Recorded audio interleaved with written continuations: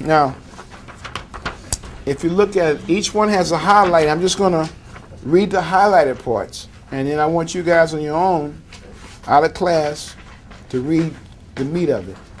But the first one says, 7 trends that have changed the world and work and how to adapt. Excuse me, how to adapt. Number 1 says, what's out? Traditional career, which means that people that are a little older than me, my parents, when they went to the workforce, they would attach with one company, work 25 or 30 years, retire. They're saying that's out now. They're saying what's in is a short-term, multiple careers, multiple income stream models. So let me translate that for us.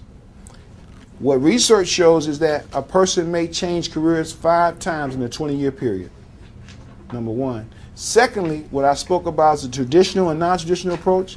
We might use a traditional approach as well as a non-traditional approach. So we might develop a little side business on the side for income stream, as well as work part-time here and part-time there. Working towards maybe a career, but still supporting ourselves. So we got to be flexible. Remember we talked about adaptability, being flexible. Everybody wish they could land that ideal dream job that they could retire from, pay 6 figures, all kind of benefits. Those jobs are slowly declining. Okay? Number 2, it says, what's out is full-time permanent jobs. What's in is contract, part-time, consulting work.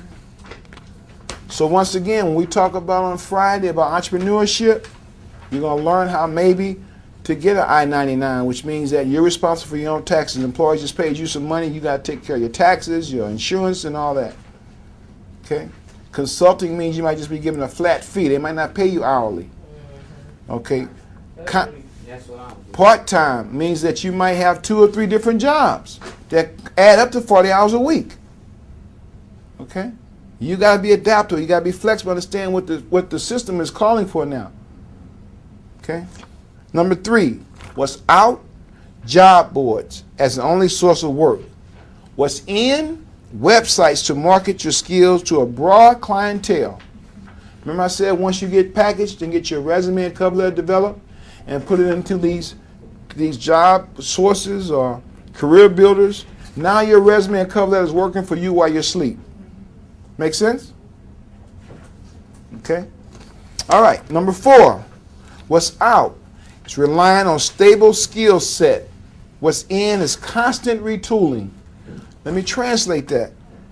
That means that you have to look at what you've done, your body of work, and find out what transferable skills are.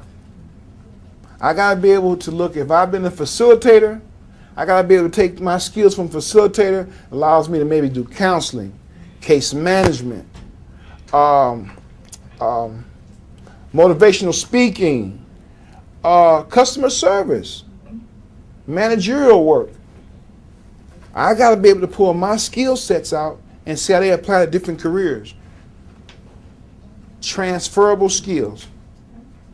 Does that make sense? You guys might want to write transferable. Well, I'm going to give you a handout that says transferable skills, what they define.